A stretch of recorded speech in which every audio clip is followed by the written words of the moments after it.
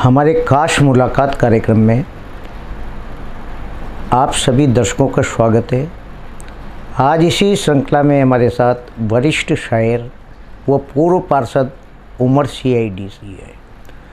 Umar CID जी सामाजिक सेवाओं से भी काफ़ी जुड़े हुए हैं और साथ ही जन कल्याण के कार्य में ये हमेशा तत्पर रहते हैं। कभी भी इनके घर कोई भी दस्तक देता है तो ये तुरंत हाजिर होते हैं। ऐसे सभी प्रतिभा से धनी व्यक्ति हैं उमर CID साहब। उमर CID साहब से इनके जीवन परिचय से लेकर और इनकी शायरी ये जो कब से शायर बने उसके बारे में हम इनसे बखूबी जानेंगे। आइए बात करते हैं वरिष्ठ शायर उमर CID साहब से।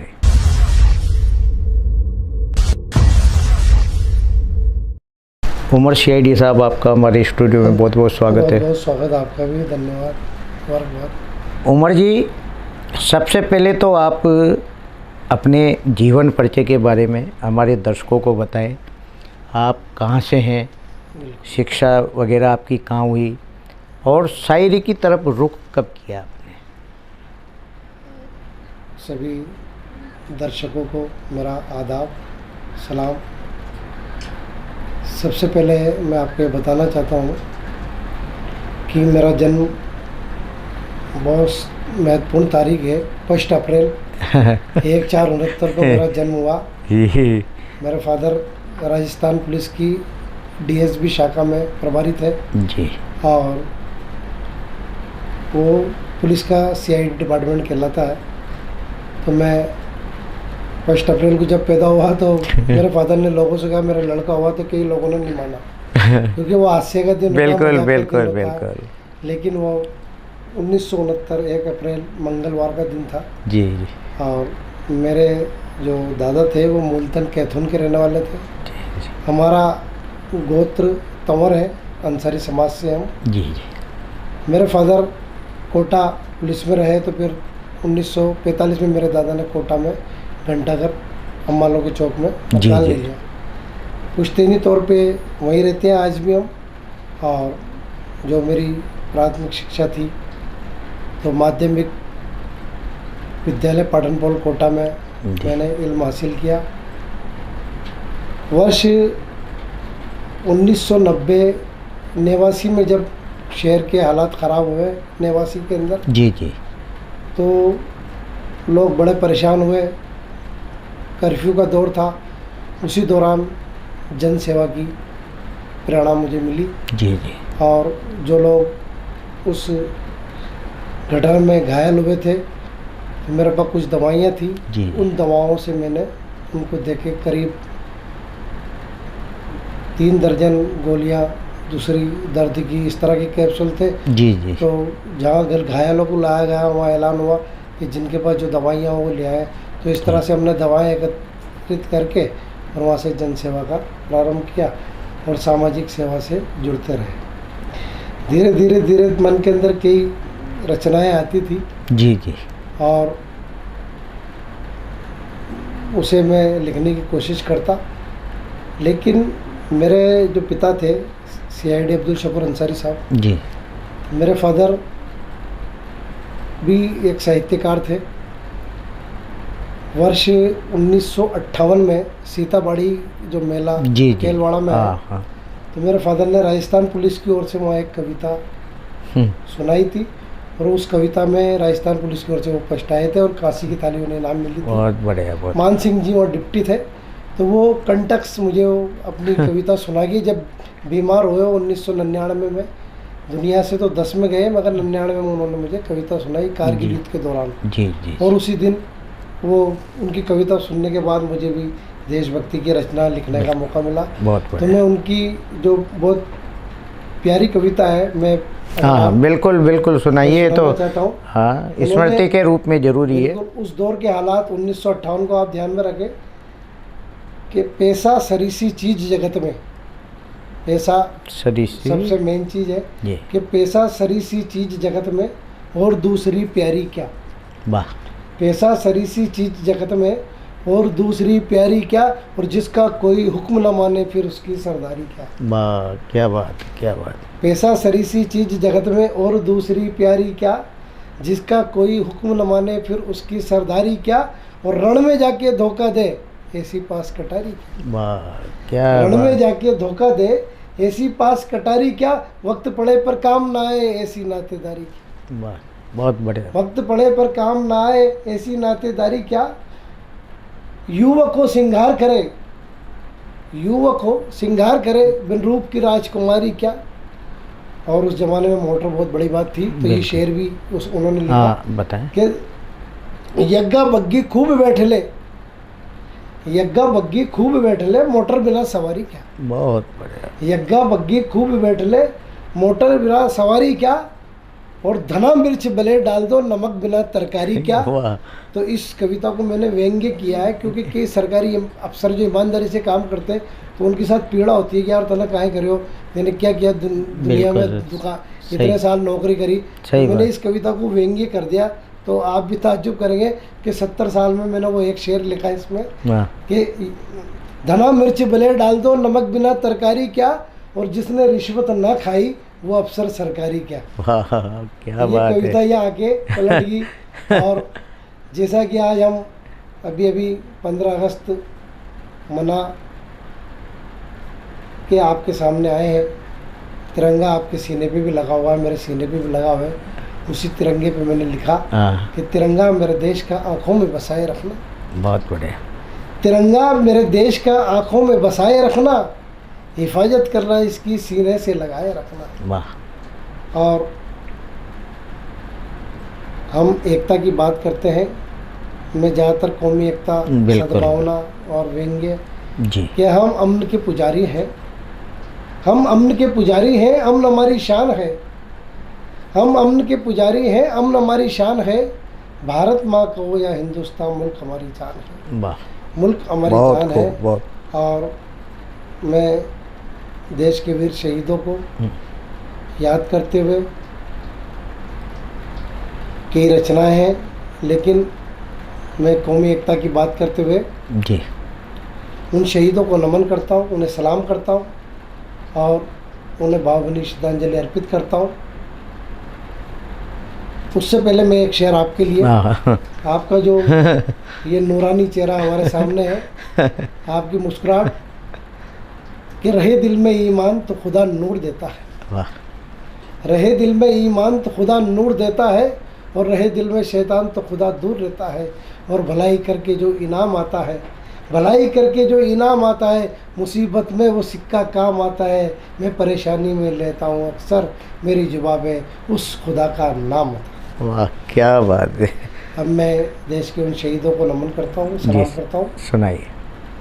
कि शहीदों का लहू, शहीदों का लहू अब बेकार ना होगा, शहीदों का लहू अब बेकार ना होगा। शहीदों का लहू अब बेकार ना होगा, इस देश में कोई गद्दार ना हो। वाह, शहीदों का लहू अब बेकार ना होगा, इस देश में कोई गद्दार ना होगा। और मिटा देंगे दुश्मन के नापाक इरादे हम, मिटा देंगे दुश्मन के नापाक इरादे हम, हमारे दिलों में मातृभूमि का प्यार जो होगा। वाह, और मुल्क में जब कोई तूफान होगा, यानी परेशानी, जी। कि मुल्क में जब कोई तूफान होगा, हाथों में हमारे गीता या कुरान होगा। और मुल्क की हिफाजत करेगा वही जो सच्चा हिंदू या मुसलमान होगा, बहुत जो सच्चा हिंदू या मुसलमान होगा। क्या बात है। ये उन शहीदों को। और एक कारगिल युद्ध के दौरान एक बहुत बड़ी घटना घटी थी। जी, एक सैनिक अपने घर पे ईद दिवाली जैसे पावन पर्व को मनाने के लिए आया, और उसके घर पे एक पत्र आया कि तुम्हें अपनी सेना में, अपनी पलटन में वापस आना है, जी, सीमा पे युद्ध प्रारंभ हो चुका है। तो वो अपने तीज त्यौहार को छोड़ के मुल्क की हिफाजत के लिए जाने की तैयारी उसने की। उसकी माँ अनपढ़ थी, चिट्ठी माँ ने पकड़ाई कि बेटा ये तेरी चिट्ठी आई है। तो उसने चिट्ठी पढ़ के कहा कि माँ मुझे पलटन में जाना है, जी, युद्ध प्रारंभ हो चुका है। तो उस माँ ने अपने बेटे को सीमा पे रवाना करते हुए क्या आशीर्वाद दिया, जी। उस माँ ने उस बेटे के सर पे हाथ रखा। इन चंद लाइनों से मैं आपको बताना हाँ, चाहता बताएं। हूँ उस माँ का जो आशीर्वाद था कि होना शहीद तू भी, होना शहीद तू भी। होना शहीद तू भी 10-10 को मारना, बहुत बढ़िया। होना शहीद तू भी 10-10 को मारना, शेर की तरह जीना, शेर की तरह मरना। वाह। होना शहीद तू भी 10-10 को मारना, शेर की तरह जीना, शेर की तरह मरना, गोलियां सीने पे खा लेना, गोलियां सीने पे खा लेना, दामन माँ का बचा लेना। वाह, क्या बात। गोलियां सीने पे खा लेना, क्या दामन माँ का बचा लेना, परवाह न करना जान की, लाज रखना मेरे भारत महान की, लाज रखना मेरे भारत महान की। उस माँ का ये पैगाम लेके वो बंदा सीमा पे रवाना हो। तो ये हमारे देश की माताओं का बलिदान है और हमारे युवाओं ने जो अपने प्राण निछावर करके इस मुल्क की हिफाजत की है, जी। उसके लिए हम उन्हें कोटि कोटि नमन करते हैं, उन्हें सलाम करते हैं। और आज आप जिस पद पे हैं उसी पे मैंने आपके लिए बतौर खास लिखा है कि मेरे मौला तू मेरी लाज रखना, मेरे मौला तू मेरी लाज रखना, सर पर सलामत हमेशा ये इज्जत का ताज रखना। क्या बात। कि मेरे मौला तू मेरी लाज रखना, सर पर सलामत हमेशा ये इज्जत का ताज रखना। ये हमेशा इनके सरबुलंदी का निशान है कि कभी भी आदमी हमेशा कामयाबी की तरफ चलता रहे। और मैं जब बीमार हुआ तो मैंने देखा हालात, कुछ लोग ऐसे थे जो मुझसे, मेरा ओपन हार्ट सर्जरी हुआ था, जी। तब मैंने लिखा कि मेरी मुश्किल में वो काम आया जिसका ना जुबां पे नाम आया। बहुत बढ़िया। मेरी मुश्किल में वो काम आया जिसका ना जुबां पे नाम आया, तन्हाई में मुझको वो छोड़ गया जो अपना था मुँह मोड़ गया। वाह, क्या बात। जो अपने होते हैं वो अक्सर कभी कभी, फिर मैंने उन लोगों के लिए लिखा जो मेरे हमदर्द रहे, उनके लिए मैंने दुआ लिखी है जी। कि मुझे ज़िंदगी देने वाले खुदा, मुझे ज़िंदगी देने वाले खुदा, मेरे हमदर्दों को न करना जुदा। वाह, क्या मुझे ज़िंदगी देने वाले खुदा, मेरे हमदर्दों को न करना जुदा, ये सलामत रहे बस यूं ही सदा, उमर दिल से करता है बस यही दुआ, उमर दिल से करता है बस यही दुआ। और मैं आखिर में टाइम, हाँ हाँ, सुनाए आप। मैं आखिर में आपसे कहना चाहता हूँ कि ये STN चैनल आपकी पूरी टीम के माध्यम से पूरे, अब तो पूरी दुनिया के अंदर अपना नाम रोशन कर रहा है। एक छोटा सा चिराग आपने रोशन किया और आज उसने पूरी दुनिया के अंदर, क्योंकि आजकल मीडिया का ज़माना है और टेक्नोलॉजी ऐसी आ गई कि हमारे चैनल को हिंदुस्तान के अलावा पूरी दुनिया के अंदर देखा जा रहा है। तो मैं आपको इसके लिए पूरी टीम को बधाई देता हूँ। और साथ ही मैं एक बार फिर हमारे जो देश के वरिष्ठ साहित्यकार रहे उनको भी सलाम अर्ज करता हूँ, देश के वीर शहीदों को नमन करता हूँ।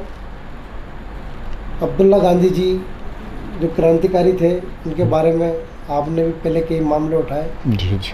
तो परसों उनकी शहादत का दिन था, 20 अगस्त को। जी जी। कई लोग उन्होंने वहाँ आए और उन्होंने आज़ादी का वो पहला जश्न जो कोटा में मनाया, वो चित्र आज भी हमारे पास मौजूद है। लेकिन तो कोटा का इतिहास इतना निराला है और घंटाघर हमारी जो जन्मभूमि है, बहुत कौमी एकता की जगह है, जी जी। सद्भावना की प्रतीक है। उसी पे मेरा ये कहना है कि आप कभी आओ तो हम घंटाघर आपका हार्दिक अभिनंदन करेंगे। बिल्कुल बिल्कुल। और घंटाघर वालों की जो समस्याएं हैं जी जी। उसको भी आप अपने चैनल के माध्यम से उजागर करें। और बिल्कुल उमर CID साहब, आप जनसेवक हो और आपने तो जनता के बीच में रहकर अपना मुकाम बनाया है। मुझे जहाँ तक पता है आप जैसे इंसान हर समय हर व्यक्ति के लिए खड़े रहते हैं और यही दौर नहीं, जब दंगे का दौर था उसमें भी आप जैसे इंसान खड़े रहे तो इंसानियत बची रही, ये मैं मान सकता हूँ। उमर सीआईडी साहब, आप एक नेक ईमानदार इंसान हैं। आप पार्षद रहे, पार्षद के समय भी आपने अपने क्षेत्र की समस्या से आप लोगों को निजात दिलाते रहे, लेकिन आपकी आज भी जो आत्मीयता लोगों के साथ जुड़ी हुई है, ऐसा कैसे आपके साथ जुड़ा है ये भाव? मैं हमेशा आप जैसे बुद्धिमान व्यक्तियों से ज्ञान लेता रहा और बड़ों की सोबत में रहने से प्रेरणा मिलती है। पूरे शहर में ही कहीं भी कोई भी हमारे लायक कोई सेवा होती है तो कोशिश ये करते हैं कि आर्थिक परिस्थिति कमज़ोर है लेकिन उसके अलावा हम लोगों की मानसिक तौर पे मदद करने की कोशिश करते हैं। बहुत बढ़िया। कोई भी उनकी समस्या है तो उसके समाधान के लिए लोगों तक मार्गदर्शन करते हैं और एक ही संदेश दिमाग में है हमारे कि मोहब्बत सिखाता है हमको वतन, वाह, मोहब्बत सिखाता है हमको वतन, साथ मिलकर रहो साथ मिलकर चलो। मोहब्बत सिखाता है हमको वतन, साथ मिलकर रहो साथ मिलकर चलो, आगे बढ़ते रहो आगे बढ़ते रहो, करते रहो तुम हिफाजत चमन की, है ये लाज अपने वतन की, है ये लाज अपने वतन की। ये संदेश दिमाग में रखते हुए हम लोगों की मदद करते हैं। बिल्कुल। उमर सीआईडी साहब, आप के अंदर जो साहित्य का जो भाव आया आपके परिवार से अंकुरित हुआ। बिल्कुल। और उसके बाद जो आपका क्षेत्र है वो एक साहित्यकारों का गढ़ मान सकता हूँ मैं। हाँ बिल्कुल बिल्कुल। है ना? तो उस्ताद कौन रहे आपके शायरी में? शायरी में हमने जाहिराना तौर पे चांद शीरी साहब जी हमारे गुरु हैं और प्रेरणा जो हमने ली डमडम कोटवी साहब जी, बशीर अहमद तौफीक साहब, रोशन कोटी साहब, अकील शादाब साहब, बिल्कुल, और अपने रोशन साहब जो गुजर गए। तो रोशन साहब भी बड़े संजीदा शायर थे। उनका एक शेर है वो, यार अब मुझे ऐसी बीनाई दे कि मैं कंकर में भी शंकर देखूं। वाह, क्या बात है। वो उनका जो शेर था बड़ा, और डमडम कोटी साहब ने बहुत हास्य के शायर थे। तो उनका जो शेर है वो मुझे याद है कि मेरी गली का कुत्ता, मेरी गली का कुत्ता था पिंड खजूर जैसा। वाह, मेरी गली का कुत्ता था पिंड खजूर जैसा, हो गया सूख के चौहरा इश्क की गली। अरे वाह, क्या बात। वो हास्य के शेर थे और उन्होंने लिखा था, आखिरी उनका जो शेर था, मैंने आखिरी उन्हें मुशायरे में बुलाया, बीमार थे वो, तो तब उन्होंने मुझे वो शेर सुनाया कि न जाने कब आए बुलावा तेरे दरबार से मुझे। वाह। उन्होंने कहा, उमर सुन कि न जाने कब आए बुलावा तेरे दरबार से मुझे, मैं बांध के रखता हर वक्त बिस्तर अपनी। अरे वाह, क्या बात। वो तैयार थे जाने के लिए। और ऐसे ऐसे शायर कोटा में हुए। अकील शादाब साहब बहुत ही कोटा शहर के कई मंचों का संचालन किया। अभी कई ऐसे मौजूदा शायर हैं जो गुमनाम हैं, जी जी, जो उर्दू के लिए चुपचाप खिदमत कर रहे हैं। कुछ एक नाम ऐसे हैं जो शहर के अंदर पहचाने जाते हैं। बिल्कुल। लेकिन हम सामूहिक कौमी एकता और सद्भावना की शायरी के माध्यम से, मंचों के माध्यम से भाईचारे का संदेश जन जन तक पहुंचाते हैं। मुझे जो फिराक गोरखपुरी बहुत बड़े शायर थे, बिल्कुल, और इंदिरा गांधी की चचा लगते थे। तो उनका ब्लैक एंड वाइट टीवी का ज़माना था। बिल्कुल। जब उनका टीवी पे दिखाया चेहरा, तो वहाँ पे उनका एक नौकर था रमेश नाम का, तो उसने ही सूचना दी। उनकी बीवी उनसे कहीं और जगह रह रही थी या किसी कारण से, लेकिन उनके बीच अच्छे ताल्लुकात नहीं थे। तो वो चेहरा जब उनका दिखाया टीवी पे मृत, तो वो उनके जो भाव थे जी, उस भाव से मैंने कुछ शेर उठाए। हाँ, तो मैंने लिखा कि बीबी हमारी बात कोई सुनती नहीं है, ये हास्य की है कि बीबी हमारी बात कोई सुनती नहीं है, माला हमारे प्यार की वो चुनती नहीं है। बीबी हमारी बात कोई सुनती नहीं है, माला हमारे प्यार की वो चुनती नहीं है। सर्दी में मैं ठिठुरता रहता हूँ लेकिन सूटर हमारे नाप का वो बुनती नहीं है। वाह, क्या बात है। सर्दी में मैं ठिठुरता रहता हूँ लेकिन सूटर हमारे नाप का वो बुनती नहीं है।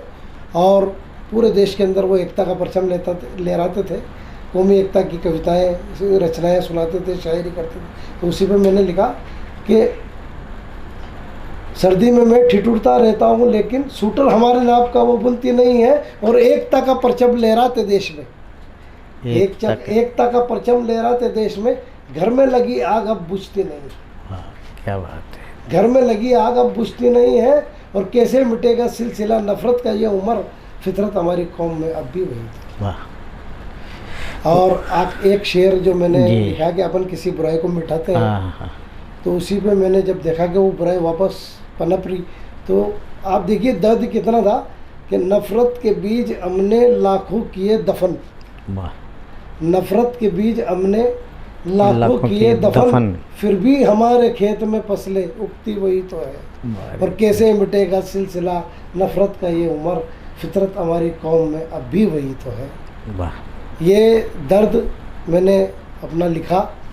और आप फिर इसके बाद में आखिर में उमर सीआईडी जी, आप जिस इलाके से आते हैं वहाँ की भोरी शायरी से होती थी। हाँ बिल्कुल।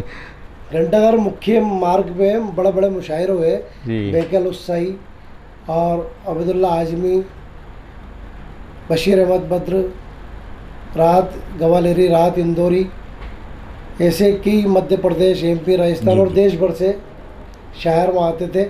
तो जब वहाँ मुशायर होते थे, एक खलील अहमद टैगोर थे जी, तो वो वहाँ पे नाश्ते की व्यवस्था करते, तो चाय लाने का काम मेरा था। तो ये उन शायरों की दुआएं भी हैं कि कम से कम टूटी फूटी जैसी भी है, क्योंकि इल्म के दानिश्वर बहुत है कोटा में। बिल्कुल। मैं तो उनके मुकाबले कुछ भी नहीं हूँ। और बहुत पढ़े लिखे शायर हैं, ऐसी ऐसी शायरी करते हैं जिनकी शायरी समझना भी बहुत बड़ी बात है। जी। लेकिन आज गुमनाम होके वो बैठे हैं। हम सिर्फ कौमी एकता के लिए और आपसी सद्भावना के लिए पूरे शहर के अंदर आप लोगों से मुलाकात करते हैं और लोगों तक अपना संदेश पहुंचाते हैं। बिल्कुल। ये हमारा कर्तव्य है और देश के वीर शहीदों को किसी न किसी रूप में याद करते रहते हैं। बचपन से देशभक्ति का जज्बा मेरे सीने में है, इसीलिए मैं जब तीसरी चौथी क्लास में था तो स्काउट में गया। स्काउट से ही मैं दूसरा पुलिस की प्रेरणा थी कि पिता पुलिस में थे। 1988-89 में जब पुलिस की तरफ से भर्ती हुई तो मेरा सिलेक्शन हो गया, लेकिन मजबूरन ये थी कि मेरे फादर ने की कि आप जेल पुलिस में लग जाओ। जब जेल पुलिस में हुए तो किसी कारण से फिर शहर का माहौल ख़राब हो गया और उसके बाद ये जनित कार्यों में लग गए। टेलरिंग का काम मेरा बचपन का था, कई सालों तक मैंने टेलरिंग का काम भी किया और आज भी करता हूँ। तो ये चीज़ें जीवन से सिलाई, मजदूरी, इसके अलावा साहित्य, समाज सेवा और राजनीति की प्रेरणा कहीं ना कहीं वर्ष 2004 से मैंने निर्दलीय चुनाव लड़ा, 9 तक पार्षद रहा। उसके बाद थोड़ी और पहचान बढ़ी। आज शहर के अंदर जितने भी जनप्रतिनिधि हैं, नेता हैं, पत्रकार हैं, आप जानते ही हो, क्योंकि 1990 से मेरा पहली बार मैंने कलम चलाई 1990 में।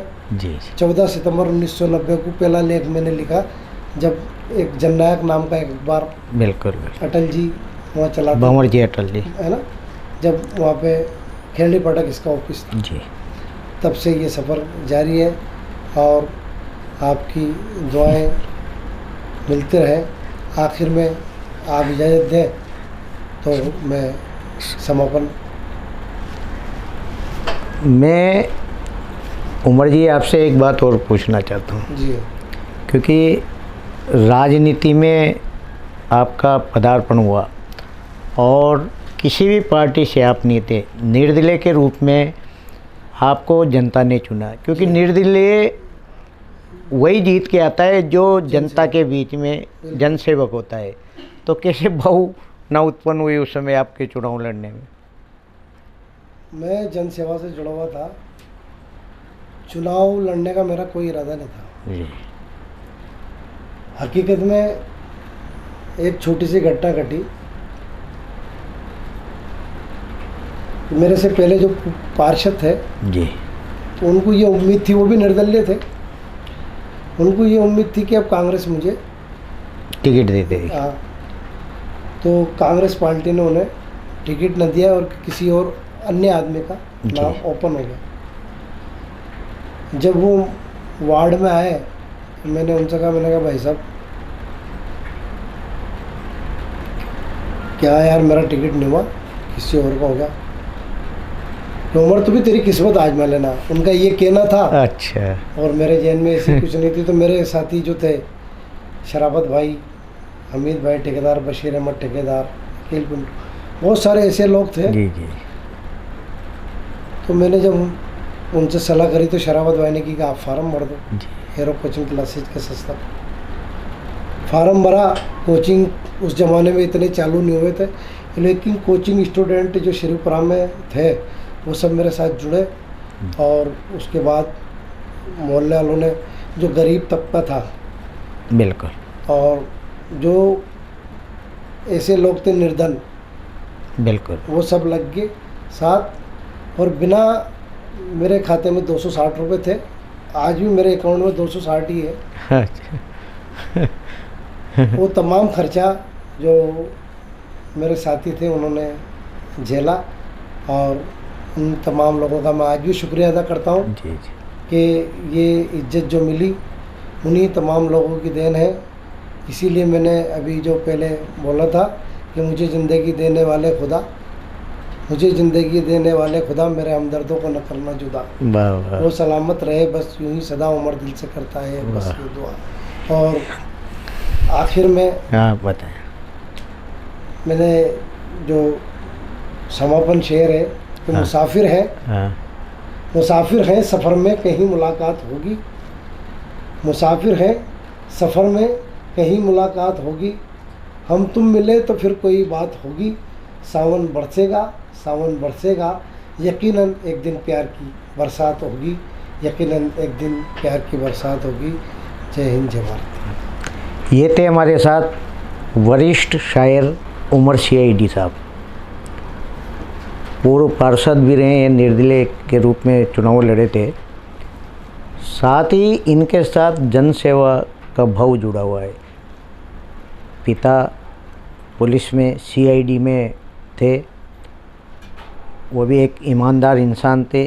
उन्हीं की राह पर चलते हुए आज ये जनसेवा से जुड़े हुए हैं और शायरी करना इनका एक शौक़ है। आज ये हमारे बुलावे पर हमारे स्टूडियो पधारे। आपका बहुत बहुत बहुत धन्यवाद, आपका भी।